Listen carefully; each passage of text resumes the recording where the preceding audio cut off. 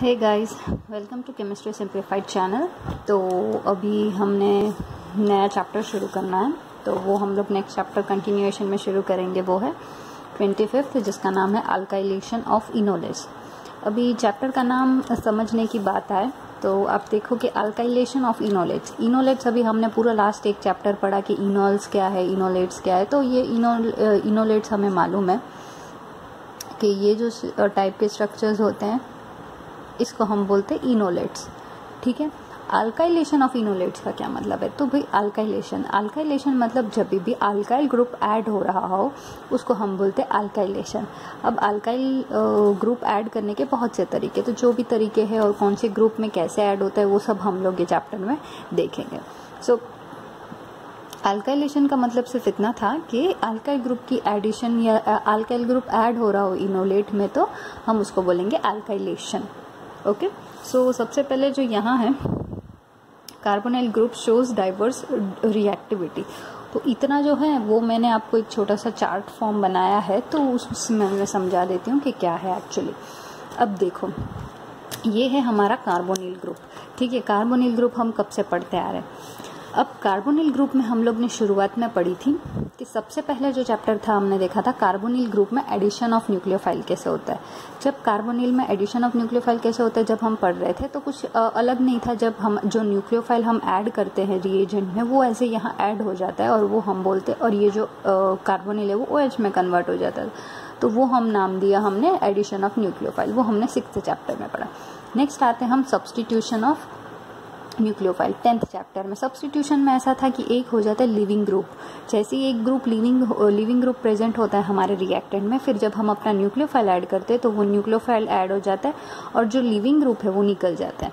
तो इसका मतलब क्या हुआ, सब्स्टिट्यूट हुआ। तो that was substitution of nucleophile leaving group के साथ। लास्ट चैप्टर 11th चैप्टर में हमने देखा substitution of nucleophile with loss of carbonyl oxygen. उसमें कैसा था कि जब हमारा कार्बोनिल कंपाउंड में सब्स्टिट्यूशन हो रहा था तो हमारा जो ये कार्बोनिल का जो कार्बन था वो लीव कर रहा था, जैसे कि हमने पढ़ा था एसिटाल्स, अमाइंस, वो सब में।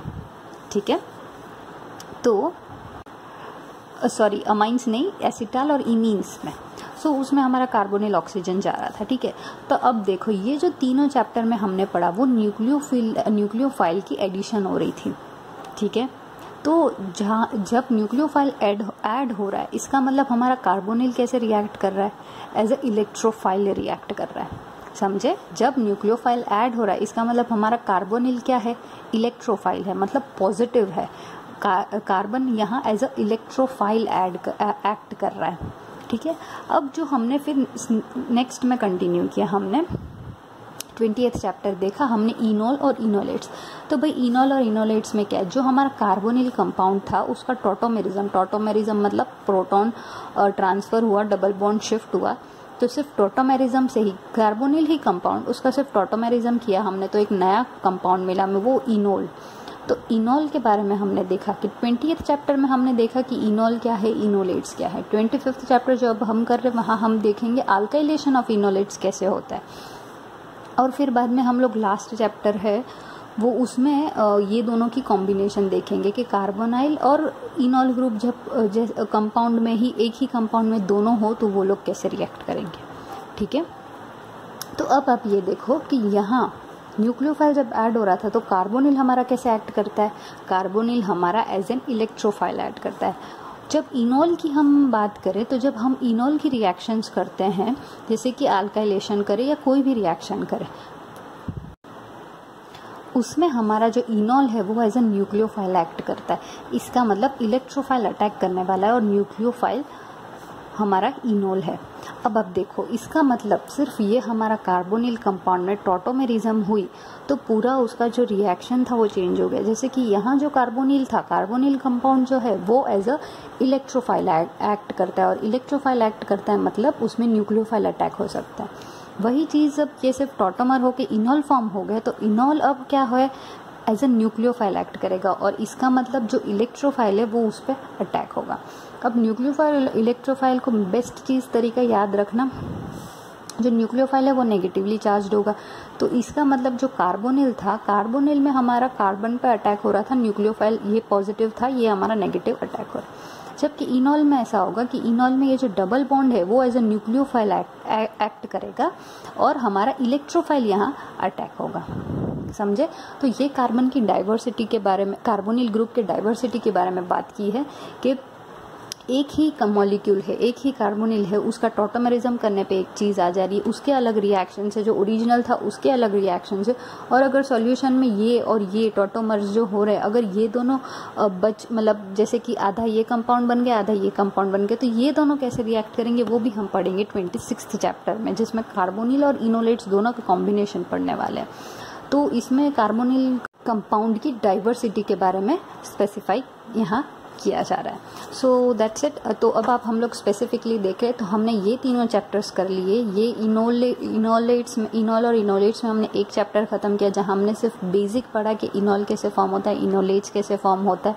अब हम देखेंगे कि अल्काइलेशन ऑफ इनोलेट्स कैसे होती है। अब इनोलेट्स में हमेशा है ना, जैसे कि मैंने यहाँ कहा था कि ये ऑक्सीजन होना ही ज़रूरी नहीं है, इसके सिमिलर जो सब ग्रुप्स हो, जैसे कि यहाँ नाइट्रोजन हो ऑक्सीजन की जगह, तो हम लोग उसको क्या बोलेंगे, नाइट्रोजन एनालॉग ऑफ इनोलेट्स। तो हम लोग वो वाले रिएक्शंस भी इसमें देख लेंगे। सो ये चैप्टर में हम अल्काइलेशन ऑफ इनोलेट्स देखने वाले। नेक्स्ट चैप्टर में हम देखेंगे ये दोनों का कॉम्बिनेशन। तो फिलहाल ये चैप्टर शुरू करते हैं। तो अब मैंने बोला कि अल्काइलेशन ऑफ देखो यहाँ मैंने बताया कि अल्काइलेशन ऑफ इनोलेट्स यहाँ करने वाले हैं हम लोग। तो इनॉल, ठीक है, तो इनॉल क्या है, एज एन न्यूक्लियोफाइल एक्ट करेगा। तो जब हमारा ये enol as an nucleophile act करेगा तो जो इलेक्ट्रोफाइल है वो अटैक करने वाला है। अब जो रिएक्शन है ना उसकी दो कंडीशंस है, ठीक है। पहली कंडीशन ये है कि सबसे पहले डीप्रोटोनेशन विद बेस होना चाहिए। डीप्रोटोनेशन विद बेस मतलब आप बेस ऐड करो, एक हाइड्रोजन जाना चाहिए, ठीक है। एक हाइड्रोजन चला जाए, फिर हमारा सेकंड होगा substitution reaction. Attack of nucleophile आएगा on an electrophilic alkyl halide from, ठीक है। अब आप धीरे धीरे देखेंगे तो पता चलेगा। ये हमारा बात किया, ये हमारा कार्बोनिल कंपाउंड है, ठीक है। कार्बोनिल कंपाउंड में जैसे ही डीप्रोटोनेशन होगा, स्ट्रॉन्ग बेस, अभी डीप्रोटोनेशन मतलब हाइड्रोजन जाना चाहिए। अब हाइड्रोजन कब जाएगा, जब हम बेस ऐड करेंगे। तो जैसे ही बेस ऐड करेंगे हमारा हाइड्रोजन जाएगा, जैसे ही हाइड्रोजन जाएगा हमें इनोलेट फॉर्म होगा। इनोलेट फॉर्म होने के बाद नेक्स्ट स्टेप क्या है, अल्काइल सब्स्टिट्यूशन। सब्स्टिट्यूशन में क्या होगा, हमारा जो अल्काइल ग्रुप हमारा जो अल्काइल ग्रुप है वो किस में से आएगा, by the way alkyl halide में से आएगा। और भी बहुत तरीके में से आ सकता है, पर वन ऑफ द सोर्स इन्होंने बताया अल्काइल हैलाइड। अल्काइल हैलाइड में क्या होगा, एक अल्काइल होगा, एक हैलाइड होगा। तो अब जो हमारा अल्काइल है ना वो एज अ सब्स्टिट्यूशन रिएक्शन बना के हमारा कंपाउंड हमें प्रोडक्ट मिल जाएगा, ठीक है। तो दो चीज़ है, पहला जो है वो formation of enolate ion. Formation of enolate ion कैसे होने वाला है, बेस से। बेस ऐड करेंगे तो हाइड्रोजन जाएगा, उसको हम बोलेंगे डीप्रोटोनेशन ऑफ हाइड्रोजन।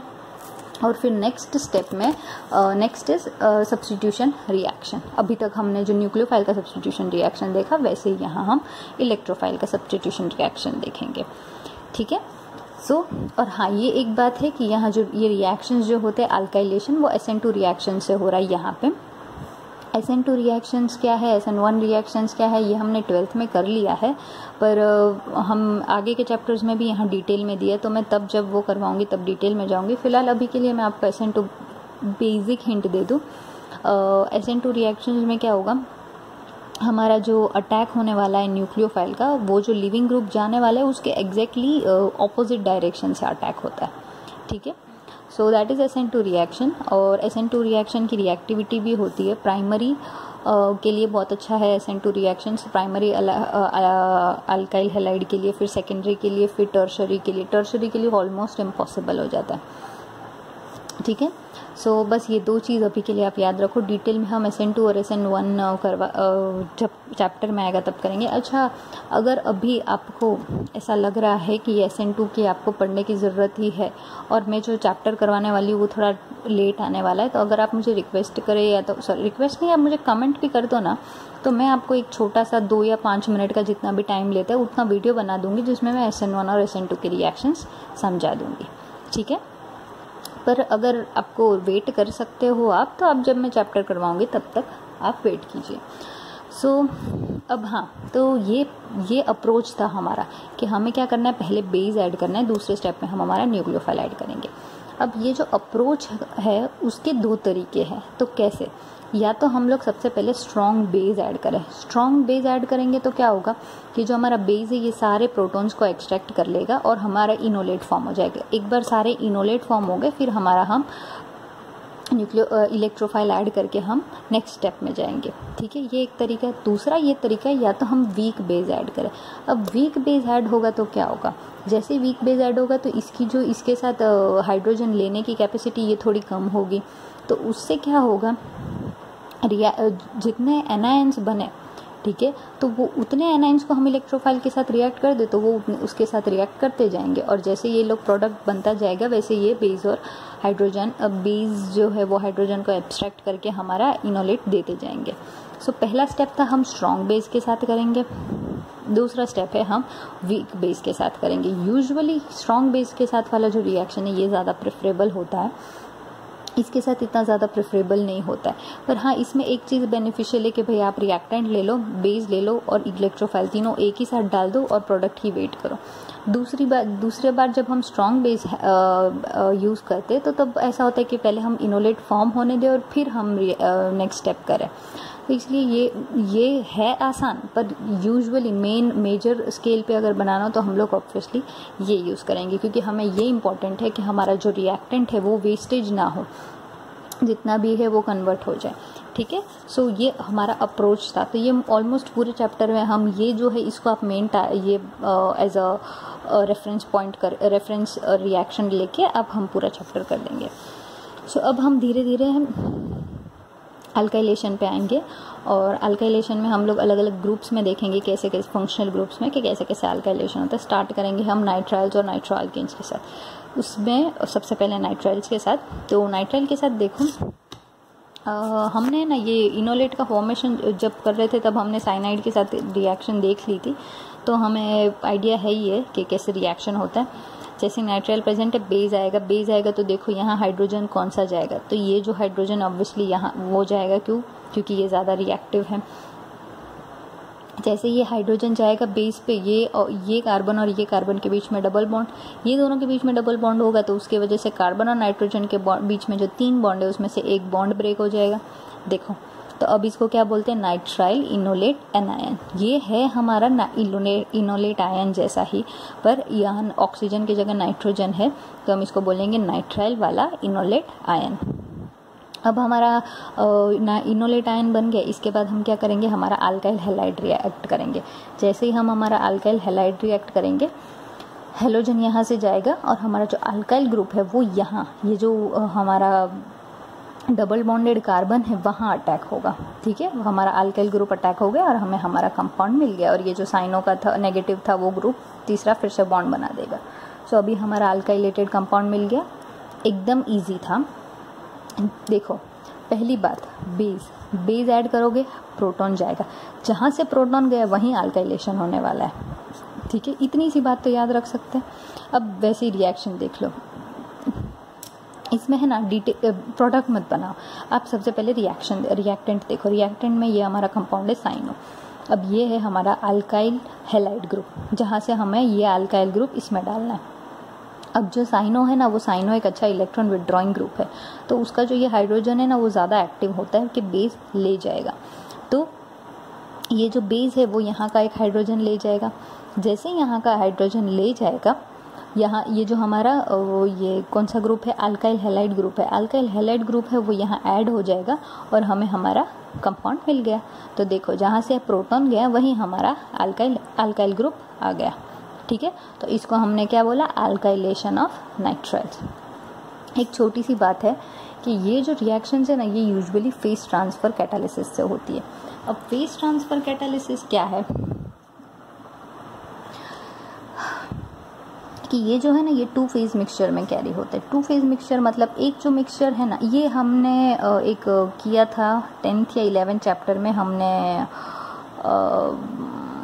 अमाइड वाला किया था। वो जो रिएक्शन था ना, मुझे अमाइड का नाम याद नहीं आ रहा एग्जैक्टली, वो जो अमाइड वाला रिएक्शन हमने किया था ना, वो अमाइड में हम लोग ऑलमोस्ट ये ऐसा मेथड यूज़ कर रहे थे जिसमें हम लोग 2 लेयर बना रहे थे। एक जो था क्लोरोफॉर्म वाला लेवल था, वो डेंसिटी उसकी वाटर से ज़्यादा थी तो वो नीचे होता था, और बेस और वाटर का सॉल्यूशन ऊपर होता था। मुझे वेबनर या वेबर्स अमाइड वाला रिएक्शन, तो उसमें ऑलमोस्ट कैसे करते हैं हम, वैसे ही ये जो फेज ट्रांसफर कैटालिसिस में क्या 2 फेज मिक्सचर बना दिया, एक है वाटर और इमिसिबल ऑर्गेनिक सॉल्वेंट का, और दूसरा है, अच्छा ये है क्यों, तो टू प्रिवेंट द हाइड्रोक्साइड और propyl bromide reacting together to give propanol. अब ये जो हमारा अल्काइल ब्रोमाइड है वो NaOH के साथ रिएक्ट करके ब्रोमीन जाएगा, OH आ जाएगा, तो प्रोपेनॉल बन जाएगा अल्कोहल, समझे, क्योंकि ब्रोमीन अच्छा लिविंग ग्रुप है तो ये OH यहाँ आ जाएगा और प्रोपेनॉल बना देगा। तो ये जो ब्रोमीन और NaOH की रिएक्शन होने से बचने के लिए हम क्या करते हैं, ये वाली रिएक्शन करते हैं जिसमें वाटर और इमिसिबल ऑर्गेनिक सॉल्वेंट का मिक्सचर होता है, तो जिससे है ना ये दोनों प्रिवेंट हो गए मिलने से, क्योंकि ये इमिसिबल ऑर्गेनिक सॉल्वेंट है। फिर hydroxide stage in the aqueous layer, जो NaOH था वो वाटर वाले लेयर में होगा, and the other reagent stay in the organic layer, जो दूसरा ऑर्गेनिक लेयर है उसमें जो बाकी के चीज़ें हैं वो रहेंगे। अब टेट्रा अल्काइल अमोनियम क्लोराइड, जो कि यहाँ लिखा है benzyl try ethyl ammonium chloride BnEt3 N+Cl- is needed as a phase transfer catalyst to allow sufficient hydroxide to enter the organic layer to deprotonate the nitrile। अब जैसे ये add करेंगे ना तो ये सफिशिएंट जो बेस वाला जो लेयर था ना उसमें से थोड़ा बेस अलाउ करेगा हमारा नाइट्राइल के साथ रिएक्शन होने के लिए। अब फेज ट्रांसफर कैटालिसिस है ना, आप जब तक देखो ना गूगल पे आप एक बार सर्च करो, आप डायग्राम देख के समझ जाओ ना तो अच्छी बात, वरना कॉन्सेप्ट सिर्फ इतना है, 2 अलग लेयर ऑफ सॉल्यूशन है, एक में हम NaOH और बेस रख रहे हैं, बेस और वाटर रख रहे हैं, एक्वस सॉल्यूशन ऑफ बेस, और जो दूसरा लेयर है उसमें हम बाकी की चीज़ें रख रहे हैं, ठीक है। तो इससे क्या होगा, हमारा जो ये बेस और ये जो 2 है ये मिक्स नहीं होंगे, ठीक है। फिर हम ये वाला जो रिएजेंट है टेट्रा अल्काइल अमोनियम क्लोराइड, इसको ऐड करेंगे। इसके ऐड होने से क्या होगा, जैसे ही ऐड करेंगे ये थोड़ा बेस को है ना इसके पास छोड़ेगा कि रिएक्शन हो सके, मतलब थोड़े क्वांटिटी में छोड़ेगा, सफिशिएंट अमाउंट। ये कॉन्सेप्ट है। अगर आप गूगल पे सर्च करके थोड़ा डायग्राम देखो, प्रोसीजर्स देखो तो आप डिटेल में समझ जाओगे, पर आइडिया मैंने आपको यहाँ दे दिया, ठीक है। हाँ, तो मतलब मेरा मेन पॉइंट ये था कि आप अब ये जैसे कि ये इतना बड़ा कंपाउंड है BnEt3 N+Cl में, तब ये देख के डरो मत। हर एक चीज़ जो कि रिएजेंट एरो पे लिखी होती है ना उसका कोई ना कोई रीज़न तो होता ही है। तो यहाँ जो रीज़न है ये ट्रांसफ़र होने के लिए फेज ट्रांसफ़र कैटालिस्ट के तरीके से ऐड करता है, ठीक है।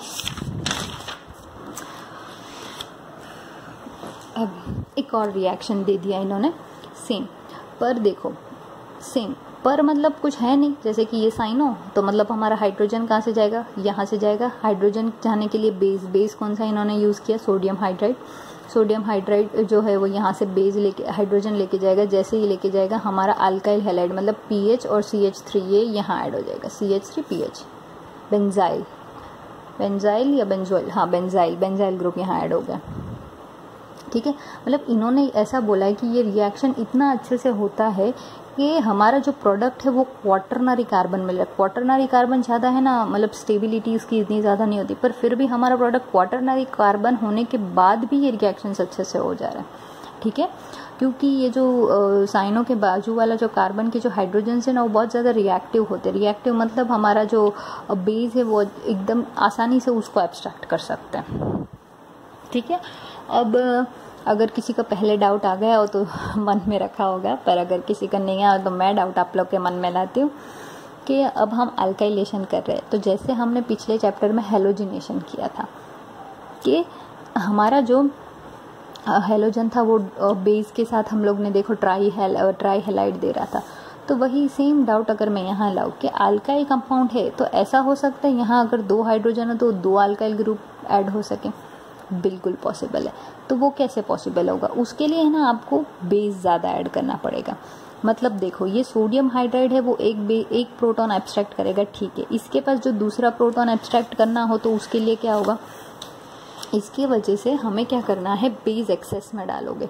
बेस जैसे ही हम एक्सेस में डालेंगे ये दोनों प्रोटॉन जो है वो 1 बाय 1 जाएंगे।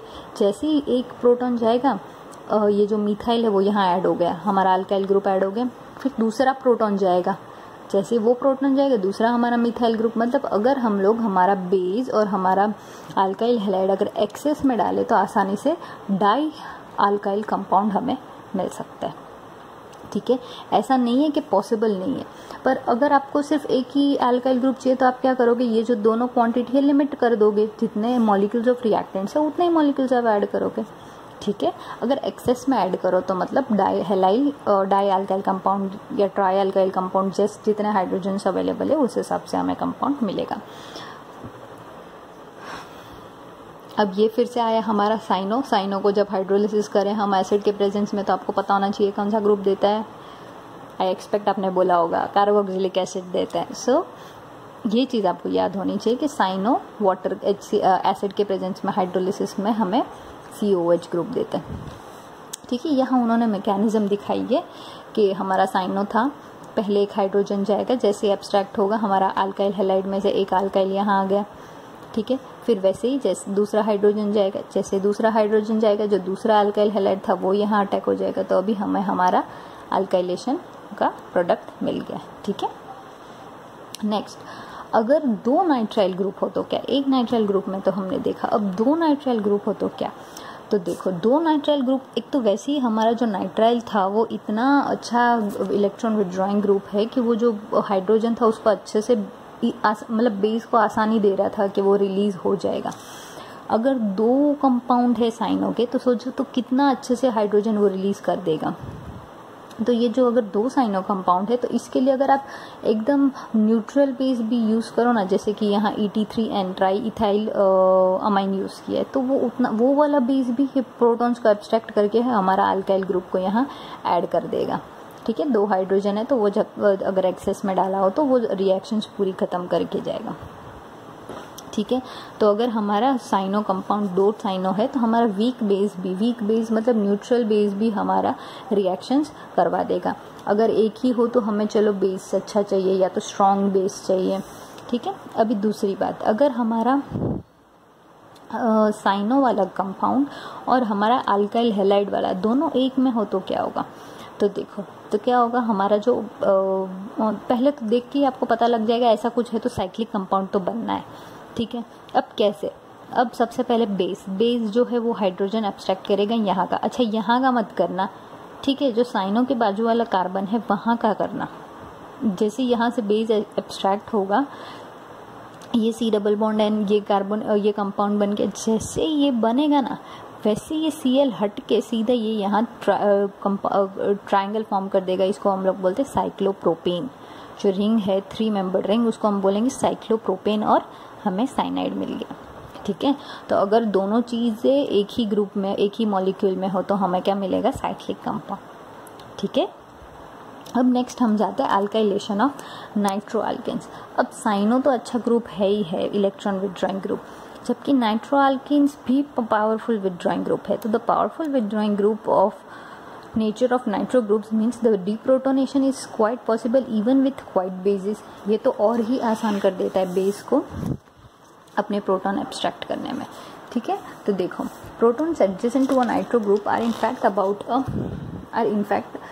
about as acidic as the same proton adjacent to two carbonyl groups। मतलब 2 कार्बोनिल ग्रुप के बीच में, जैसे कि जब हम लोग कार्बोनिल कंपाउंड बनाए समझो ये, तो 2 कार्बोनिल ग्रुप के बीच वाला जितना प्रोटॉन एसिडिक होता है ना उतना सिर्फ एक नाइट्रो के बाजू में जो कार्बन हाइड्रोजन्स होते हैं वो उतना एसिडिक होते हैं। तो ये नाइट्रो जो ग्रुप है वो बहुत ज़्यादा इलेक्ट्रॉन विड्रॉइंग ग्रुप है, तो उसके बाजू के जो अल्फा कार्बन के जो हाइड्रोजन्स है वो आसानी से निकल जाएंगे। तो उसके लिए वीक बेस भी आप यूज़ करो तो वो आसानी से डीप्रोटोनेशन में हेल्प कर देंगे। तो डीप्रोटोनेशन में कैसे हेल्प करेंगे, ये जो बेस है हमारा हाइड्रोजन ले जाएगा, जैसे ही ले जाएगा हमारा नाइट्रो स्टेबलाइज आयन, देखो ये एग्जैक्ट इनोलेट आयन तो नहीं है बट नाइट्रो स्टेबलाइज आयन है उसके जैसा। ठीक है, जैसे ये कंपाउंड आएगा, अच्छा ये मैंने फिर से बता रही हूँ, जहाँ हमारा प्रोटॉन डीप्रोटोनेट हुआ वहीं हमारा अल्काइल ग्रुप ऐड हो गया। ठीक है, सेम चीज़ अच्छा ये है ना, आप खुद करके देखो, ये रिएक्शंस इतनी हार्ड नहीं है कि आप सब कुछ एक साथ देख लो। रिएक्टेंट है बेस ब्यूटाइल लिथियम, क्या करेगा, ये प्रोटोन को एब्स्ट्रैक्ट करेगा। जैसे ये प्रोटोन को एब्स्ट्रैक्ट करेगा हमारा अल्काइल हैलाइड ग्रुप यहाँ ऐड हो जाएगा, हो गया, ठीक है। सेम ही चीज़, इतना हार्ड है ही नहीं, एक बार आप बुक में लिखते जाओगे, प्रैक्टिस करते जाओगे तो आपको आइडिया आएगा। अब ये वाला देख लेते हैं, लास्ट रिएक्शन, हमारा कंपाउंड के साथ हमारा NO2 ग्रुप, ठीक है, उसके साथ ही हम लोग ने ऐड किया BU4 NaOH, ठीक है। अब हमारा कंपाउंड देखो, सबसे पहले ये जो कार्बन है ये बेस हाइड्रोजन जो है वो रिलीज करेगा। जैसे वो डीप्रोटोनेट होगा वैसे ये डीप्रोटोनेट होकर ये अल्काइल हैलाइड के यहाँ रिएक्ट करेगा, तो ये क्लोरीन जाएगा, ये कंपाउंड यहाँ आ जाएगा, ठीक है, और हमें हमारा कंपाउंड मिल गया। अब ये देखो कि आपको ये तो कंफ्यूज नहीं हुआ ना कि ये NO2 है, ये भी NO2 है, तो कौन से बाजू वाले, ऑब्वियसली इसके तो पास ये अल्फा हाइड्रोजन्स है ही नहीं, तो ये वाले ये वाले हाइड्रोजन्स के बारे में बात करने की बात ही नहीं आती, ऑब्वियसली इसके जाएंगे, ठीक है। थोड़ा सोचोगे तो आपको खुद पे खुद आंसर आ जाएगा, पर थोड़ा सोचना पड़ेगा, पर उसके लिए आपको कॉन्सेप्ट्स थोड़े बहुत होने चाहिए, जिससे आप सोचोगे तो कुछ सॉल्यूशन निकलेगा। फिर से हमारा अल्काइल हैलाइड और हमारा नाइट्रो ग्रुप दोनों एक में ही, मतलब हमारा साइक्लिक कंपाउंड बनेगा। कैसे, तो पोटेशियम कार्बोनेट के साथ रिएक्ट कर दिया हमने बेंजीन के साथ, ये हमारा जाएगा, हाइड्रोजन जैसे ही जाएगा ये ब्रोमीन यहाँ से हट के ये जो कार्बन है ये इसके साथ रिंग बना देगा। अच्छा आपको पता ना हो ना कैसे रिंग बनेगा, तो पहले काउंट कर लो, 1 2 3 4 5, ये कितने बनाएंगे, 5 मेंबर्ड रिंग और उस पे NO2, ठीक है, दैट्स इट। तो हमने 2 नाइट्रेशन देख ली, एक हमने देखी नाइट्राइल्स की, एक हमने देखी नाइट्रो अल्केन्स की। अब आता है choice of electrophile for alkylation. मैंने शुरुआत में बता दिया था ये SN2 रिएक्शन है। अगर आपने पहले पढ़ा हो तो आपको पता होगा कि SN2 रिएक्शंस के लिए हमारा प्राइमरी और जो बेंजाइलिक अल्काइल हैलाइड है ये बेस्ट अल्काइलेटिंग एजेंट्स है। कौन, प्राइमरी और बेंजाइलिक, जबकि सेकेंडरी ठीक ठाक है, पर जो टर्शरी है वो एकदम halides are useless for enolate alkylation. क्यों, क्योंकि टर्शरी मैंने आपको बोला, मतलब एक बार आपको SN2 का कॉन्सेप्ट पता हो ना, आप वो कॉन्सेप्ट यहाँ लगा लो, ठीक है। क्यों, एक बार वो लगा लोगे ना आपको पता चल जाएगा कि भाई यहाँ प्राइमरी और बेंजाइलिक के अच्छे बेस्ट अल्काइलेटिंग एजेंट्स है और हमारा सेकेंडरी ठीक ठाक है, जबकि टर्शरी एकदम यूजलेस, कोई काम का नहीं। ओके, सो नेक्स्ट आता है लिथियम इनोलेट्स ऑफ कार्बोनाइल कंपाउंड्स। अब लिथियम इनोलेट्स हमने लास्ट ही चैप्टर में बनाए पूरे, ठीक है, स्टेप्स के साथ बनाए, वही चीज़ इन लोग यहीं पे रिपीट करने वाले हैं। अच्छा आप लोग को अगर रिवाइज करना हो ना तो एक बार बिना देखे याद कर लो कि हमने लिथियम इनोलेट्स किससे बनाए थे, मतलब कार्बोनिल कंपाउंड में हमने क्या ऐड करके लिथियम इनोलेट बनाया था। तो लिथियम इनोलेट हमने किससे बनाया था मैं बता दे रही हूँ, LDA के साथ। LDA क्या था, डाई आइसोप्रोपाइल अमाइन, ठीक है। डाई आइसोप्रोपाइल अमाइन के साथ जब ब्यूटाइल लिथियम ऐड करे तो हमारा LDA एसिड बन गया। LDA is base, strong base, ठीक है। अब देखो ये हमारा LDA के बाद डाई आइसोप्रोपाइल अमाइन, ठीक है। अब ये हमारा बेस है वो कार्बोनिल के साथ रिएक्ट करके हमें लिथियम इनोलेट। अब ये मैं आपको डिटेल में कुछ भी नहीं समझाने वाली क्योंकि ये सेम चीज़ पीछे आ चुकी है हमें कि हमारा लिथियम इनोलेट कैसे बनता है, ठीक है। अब deprotonation of a ketone, same, हाँ लिथियम आया इनोलेट बन गया। अब ऐसा नहीं है कि इसमें कुछ अलग नहीं है, ये इन्होंने यहाँ इसलिए रिपीट किया क्योंकि हम जो है वो कंटिन्यूएशन में चैप्टर्स पढ़ रहे कार्बोनिल के हिसाब से, पर एक्चुअली जो ये बुक पढ़ रहा है उसने 25 से पहले 24th चैप्टर पढ़ा होगा। अब 24th होगा रेडियो सिलेक्टिविटी, और उससे वो कॉन्सेप्ट याद करने में टाइम लगेगा या जो भी है, इसलिए इन्होंने फिर से दिया है, कोई अलग रीज़न नहीं है इसका फिर से रिपीट करने का, ठीक है। सो नेक्स्ट है, अब हमने लिथियम इनोलेट बना दिया, अब हम उसका अल्काइलेशन करेंगे। अल्काइलेशन ऑफ लिथियम इनोलेट हमने लास्ट चैप्टर में नहीं किया था, यहाँ हम कर रहे हैं। सो अल्काइलेशन ऑफ लिथियम इनोलेट में क्या है, हमारा इनोलेट था, इनोलेट के साथ हमारा अल्काइल हैलाइड ऐड हो गया। जैसे ये कंपाउंड ऐड होगा, अब देखो हमारा जो लिथियम है ये ऑक्सीजन पर से हट जाएगा, इसका मतलब ये दोनों के बीच में डबल बॉन्ड आएगा, और ये जो हमारा लिथियम है ये आयोडाइड के साथ जाने वाला है। तो अब हमारा मिथाइल ग्रुप कहाँ ऐड होगा, यहाँ पे, ठीक है, तो ये समझ में आ गया आपको ये हमारा कंपाउंड कैसे मिला। फिर से अब ये इन्होंने यहाँ एस्टर इनोलेट लिया। एस्टर इनोलेट मतलब ये हमारा एस्टर ग्रुप और ये हमारा इनोलेट, ठीक है। सो ये इन्होंने एस्टर इनोलेट के साथ किया, वो ये इन्होंने कीटोन इनोलेट के साथ करो, तो कीटोन इनोलेट के साथ करो तो सेम ही चीज़। सबसे पहले ये लिथियम यहाँ से हटेगा, लिथियम क्या करेगा, आयोडाइड के साथ Li बना देगा। जैसे ये बनाएगा, ये लिथियम हटेगा, ये ऑक्सीजन कार्बन के साथ डबल बॉन्ड बनाएगा, ये दोनों डबल बॉन्ड बनाएंगे, मतलब ये बॉन्ड ब्रेक होगा। ये बॉन्ड ब्रेक होगा तो इसकी वैलेंसी कौन सेटिस्फाई करेगा, ये जो CH3 रहेगा सॉल्यूशन में, ये हमारा इलेक्ट्रोफाइल, वो यहाँ आके अटैक करेगा। तो अब हमें हमारा कंपाउंड मिल गया, ठीक है। ये था हमारा अल्काइलेशन ऑफ लिथियम इनोलेट।